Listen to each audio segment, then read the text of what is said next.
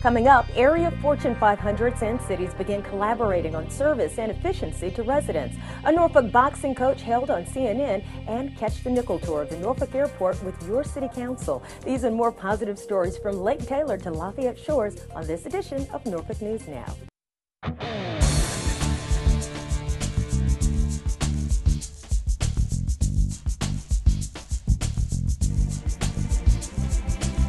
Welcome to the January edition of Norfolk News Now. I'm Karen Parker Chesson with the Norfolk Police Department. Thanks for joining us.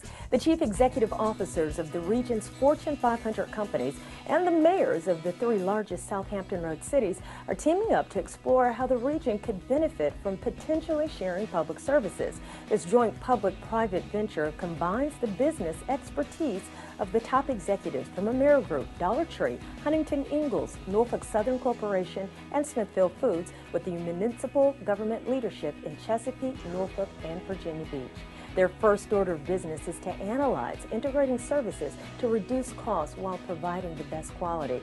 The steering committee guiding the project held its first meeting in late November and plans to meet monthly. Cost of this pilot project is $150,000 shared equally among the participating cities and companies. The team will scan each of the three cities' organizations to identify public services to be shared, analyze the cost and benefits of integration, and identify the steps required to integrate them. The ultimate objectives of the project are to save taxpayer money and improve government efficiencies in these tough economic times. Norfolk's 37th Street water treatment plant is undergoing an $8.5 million renovation to improve and upgrade the 90-year-old facility that provides treated water for the western portion of the city and Norfolk Naval Station. Built in 1921 and located next to Old Dominion University, the 37th Street plant's latest upgrades include new state-of-the-art equipment to filter and treat water received from reservoirs, wells, and rivers located in Suffolk and Isle of Wight County. Efficiency improvements are also being made to the emergency power generators and automated systems that operate the plant. Over its many years of operation, the plant has gone through a series of technological improvements. When the current upgrades are completed this spring, the plant will operate with greater efficiency to reduce energy use and meet all state and federal standards for public drinking water. The 37th Street water treatment plant operates in concert with the city's Moore's Bridges plants on Kempsville Road next to Lake Taylor High. Together, both plants provide approximately 64 million gallons of top-quality drinking water daily to over 850,000 customers in Norfolk, Virginia Beach, and Chesapeake. Back in 2008, the Triple N's John Linka introduced you to boxing coach Gloria Peak. Well, a major cable network has caught on to her success coaching future champs. John caught up with Coach Peak recently to find out what all the excitement is all about. Work time! It's been work time at Norfolk's Barad Park Boxing Center under the eyes of Gloria Peak since 2006. 1, 2, 1, 2. They're putting Norfolk on the map, you know, as well as you've got a program that is helping to keep kids, you know, off the streets, out of gangs, because that's what it's all about. CNN has even taken interest in Peak. She'll be featured in an upcoming edition of Headline News' television special, Breakthrough Women, for her long history as a female boxing coach. We talked about everything as to how I got into the sport and why I love it so much, and I continue to do it. You know, what are my goals and my hopes and aspirations, and we talked about a lot of things. Specifically her success as a female coach in a traditionally male-dominated sport. Rocket! What was more important to me is not so much whether or not the coaches accepted me, it was whether the athletes accepted me. We're gonna get it right, come on. What I found is that male athletes, they really don't care whether you're a woman, a man, they wouldn't care if you were a gorilla, they would not care as long as you proved to them that you knew what you were talking about, you knew the sport. Wrong way, you're slipping. You slip the jab, you're going to the outside. Twist on the toes. There we go. Slip, boom, boom. Knowing the sport is an understatement slip, for Peak. boom. Having spent more than 30 years as a boxing coach, she's traveled the world training and coaching professional and Olympic-level boxers. She recently spent time as the head coach of the men's and women's U.S. boxing teams for the 2011 Pan Am Games. It's the first time ever a woman was given the head coaching position for both males and females for such a prestigious event. And the Pan Am Games is right up there alongside the Olympics. So, you know, to get that spot and to be able to do that was great. Peek is also in the running for the head coaching position for the first ever U.S. women's Olympic boxing team to compete in the 2012 Games in London. Listen, that would be heaven. I have been trying to coach in the Olympics for the last 3 Olympics. That's 12 years. That's 12 years. So, I mean, just the fact that I'm like this close to being named the coach for the female side is just, I mean, I can't even describe it. But believe it or not, she would not be the first Olympic head boxing coach to come out of Norfolk. Dan Campbell, who used to be in charge of this very gym before Peek took over, was the head coach of the U.S. men's team in Beijing during the 2008 Olympics. You're looking at possibly 2 coaches coming out of this gym making the Olympic team. That is unheard of. Think of all the gyms in the country. They would give their right arm for one of their coaches to make the Olympic team. But you're talking 2? It's just phenomenal.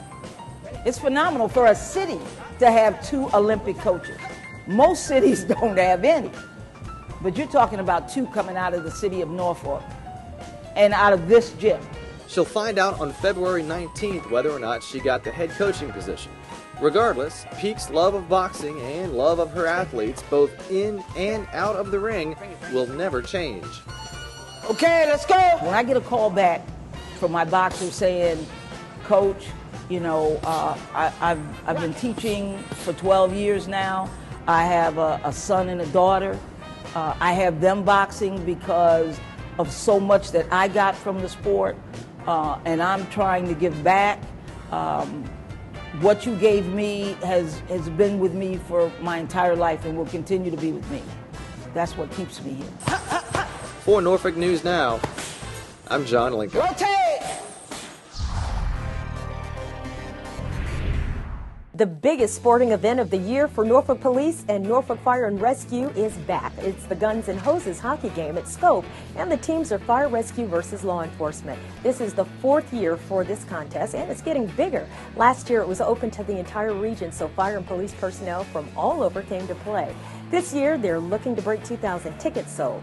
Why is that important? Well, because the ticket money goes to Children's Hospital of the King's Daughters. Last year, over $12,000 was raised. So if you and your family want to help out CHKD and see some good hockey, here's how. The hockey game is January 28th. Tickets are $12, which includes the Admirals game on the same night.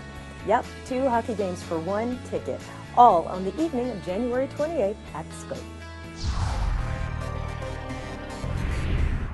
A new workshop is in the works to help Norfolk shoreline residents learn to help care for important buffer areas. The Shoreline Buffer Workshop supplies those who live near wetlands access to technical expertise and practical advice on wetlands restoration and how neighbors can be environmental stewards of their communities.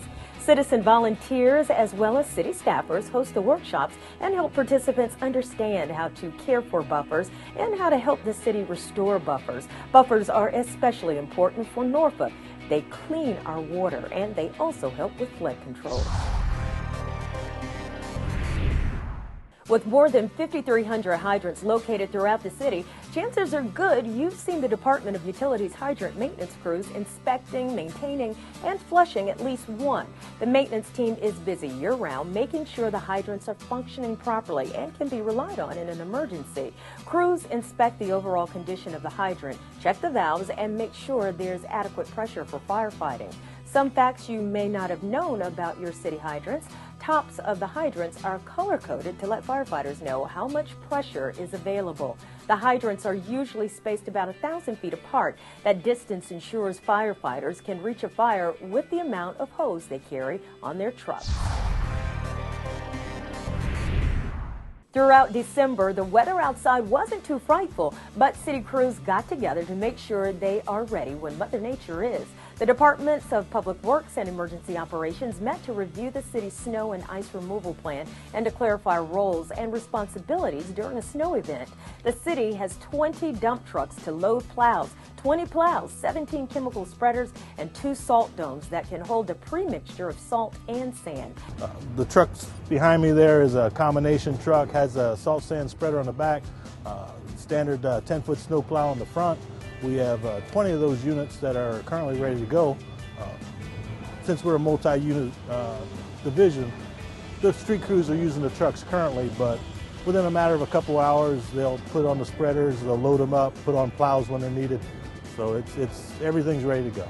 Backhoes and front-end loaders can also be used to move snow into the backs of dump trucks, as well as clearing narrow areas and parking lots. The city's goal is to clear arterial roads first for emergency vehicles. There's over 2,000 lane miles of roads. We have a lot of roads. We stay with our primary routes. We have 2 sets of routes, primary and secondary. We concentrate on the primaries, which are your significant streets, Chesapeake, Tidewater, Princess Anne, and around hospitals and schools, so that we can get the majority of the community up and running and moving as quickly as possible. The Director of Public Works and Chief of Police signed off on the emergency plan. When we come back, find out how you can ask World Changers to help you with exterior repairs, plus a unique opportunity to fly with Norfolk City Council, and Norfolk's historic link to the Underground Railroad comes to life.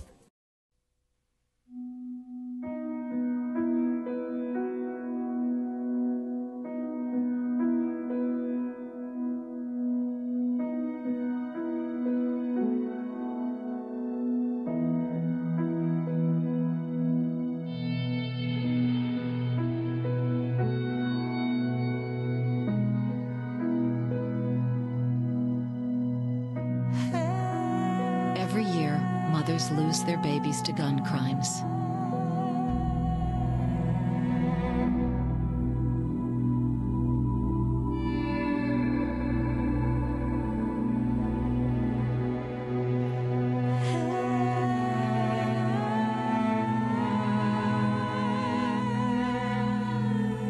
You'll always be your mother's baby. So before you commit a gun crime, think about who you'll leave behind. Gun crimes hit home. Welcome back to the Triple N. Because of her location on the water, the city of Norfolk served as a critical crossroads in the Underground Railroad. That history is being brought back to life through a new interactive website hosted by the Norfolk Convention and Visitors Bureau. The Waterways to Freedom site is bolstered by a walking tour of the actual locations that played such a pivotal role in helping American slaves reach freedom in the 1870s. The information on the site was compiled and written by Norfolk State University's Cassandra Newby-Alexander. Norfolk was a bustling seaport during slavery. Hampton Roads' distinctive landscape along the Atlantic Ocean and at the mouth of the Chesapeake Bay allowed the region to develop a thriving international trade.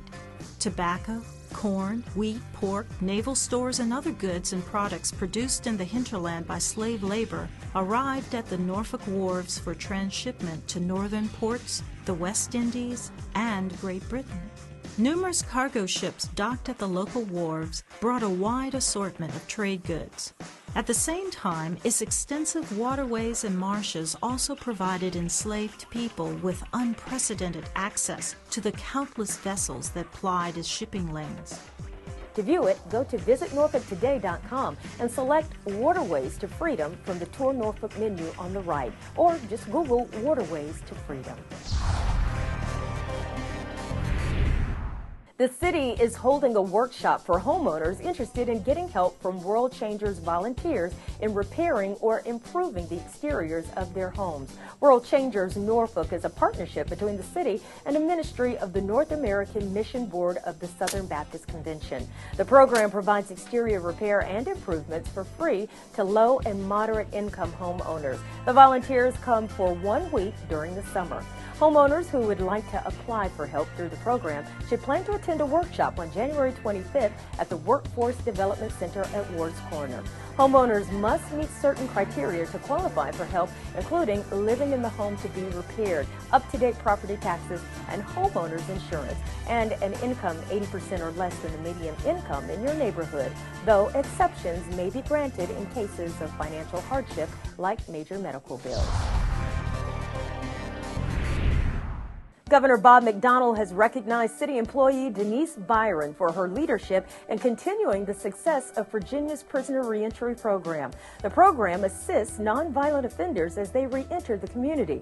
The main goals of the program are to prepare ex-offenders with job readiness, training, provide employment and educational services, assist with housing stabilization, and provide or facilitate individual and family counseling and assistance. Since the program began in 2008, the rate at which ex-offenders go back to jail in Norfolk's program has dropped to 12%, notably lower than the statewide average of 28%.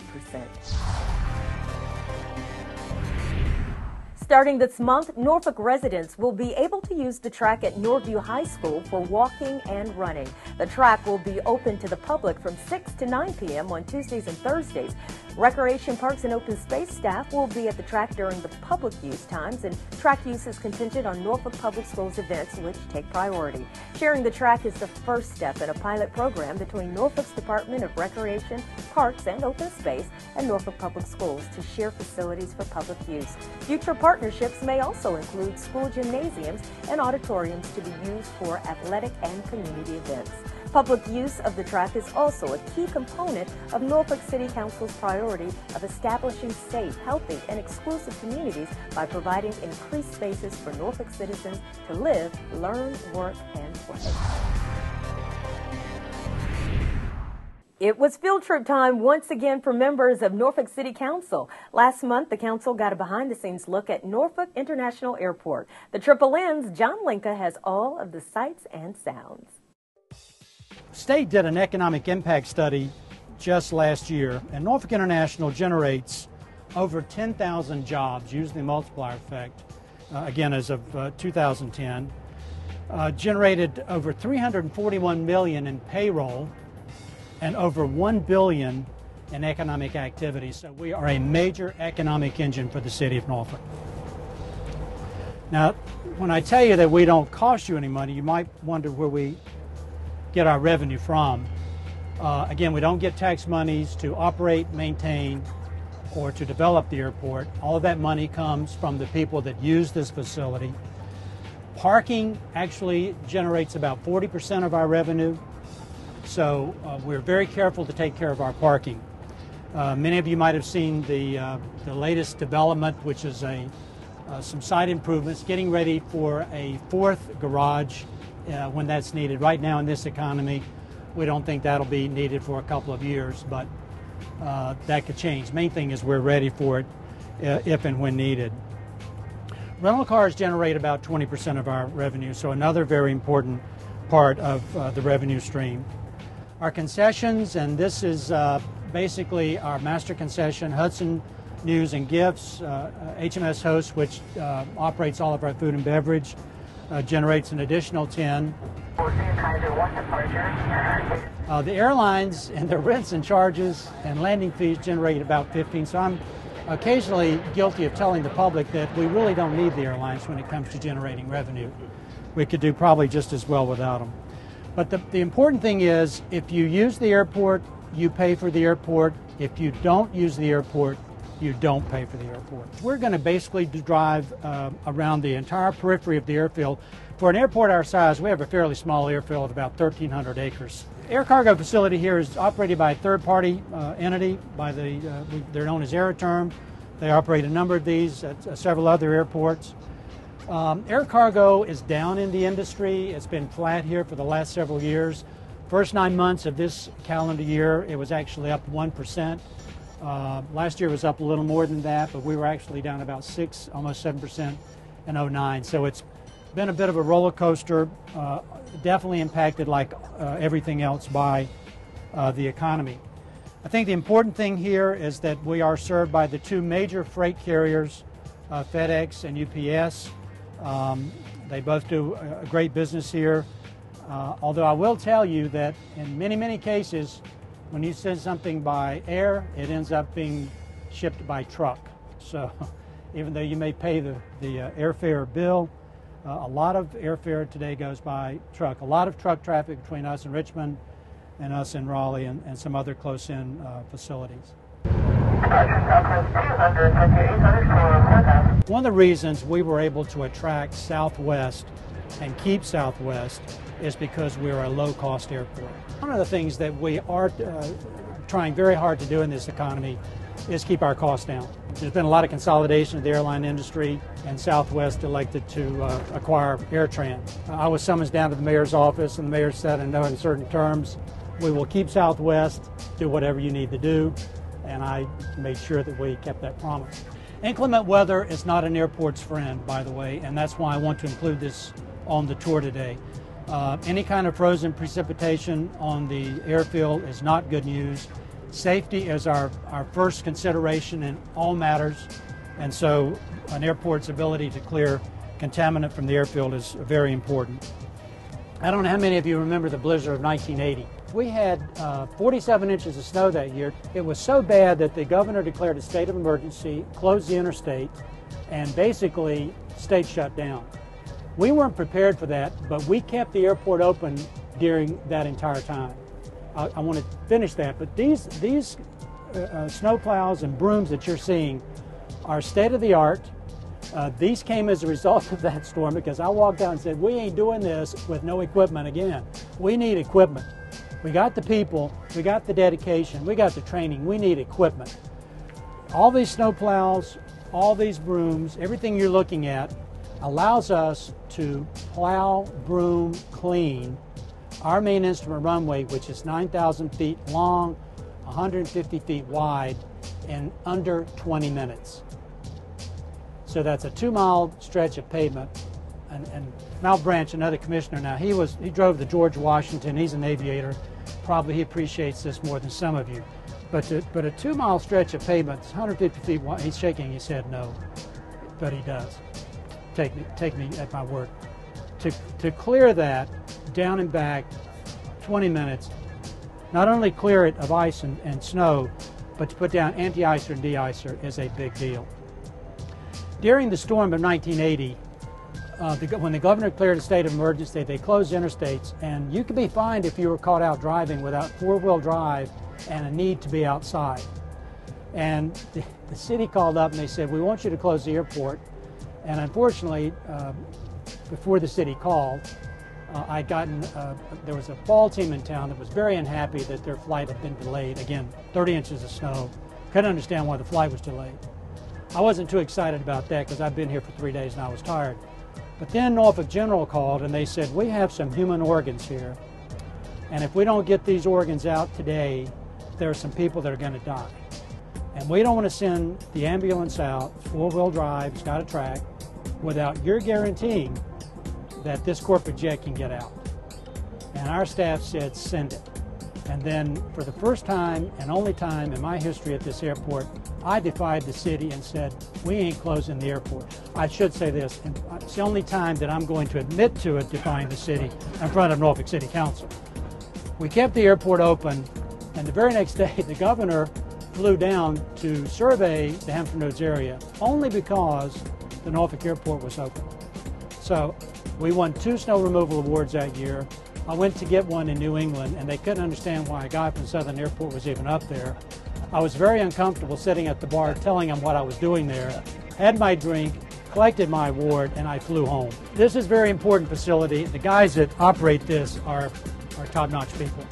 And when you see snow, and I will say this, VDOT could take some lessons from what we do here because we keep this place open when a lot of other airports do not. Next thing you're going to see over here, it looks like a burned up airplane, which is pretty much exactly what it is. It's the airport's fire training facility. They can simulate an engine fire, they can simulate a fuselage fire, they can simulate a wheel fire. The guy up there punches all the buttons, the whole thing can go up. It's impressive. Unfortunately, we're not drilling today. It costs a lot of money to do a drill here because the fuel that we burn here cannot produce a lot of smoke because it interferes with traffic on the interstate. Every time we burn here, people start to call the 911, won't even know what's. So we have this very special fuel we burn, which keeps the smoke down. So because of the cost, we'll do a lot of things for council, but we can't spend that money because it's not in the budget today. But few airports have this kind of facility.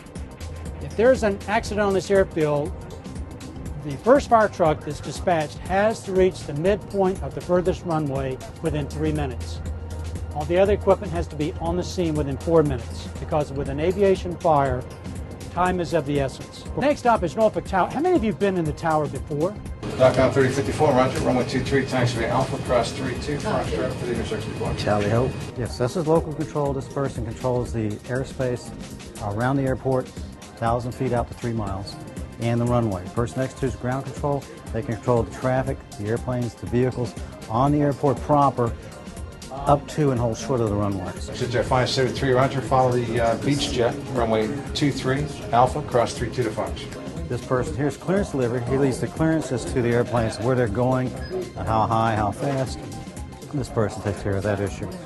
When this person gives them the code, it shows up on his data block right here, so it's tracked all the way across the country.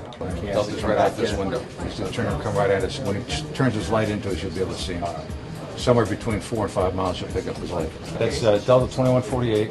It's an MD-80, and he's doing 160 knots across the ground. He's landing at Norfolk, which is the R and the U. That means he's landed here, and he's doing a visual approach. Like that Delta, when he turns around, he wants to go to Atlanta. He'll stalk this gentleman first, get a clearance. Then he'll hand that strip off to him. He'll taxi him out to the runway. She'll clear him for takeoff. And he'll be kicked downstairs to departure control. Departure control will give it to our feeder control. Feeder gives it to Washington Center. Washington Center gives it to Atlanta Center. Atlanta Center gives it to Atlanta Approach. And Atlanta Approach gives it to Atlanta Tower. And then the process is reversed. Then it goes to the gate and lands. Secure 3140 Norfolk departure radar contact, terminal left heading 320. And that's air traffic in a nutshell worldwide. That's how it works. Well, that concludes the January edition of Norfolk News Now on the Triple N. Thanks for watching Norfolk's Neighborhood Network. For all things Norfolk, I'm Karen Parker Chesson with the Norfolk Police Department. Take care of yourself and your city and celebrate life daily.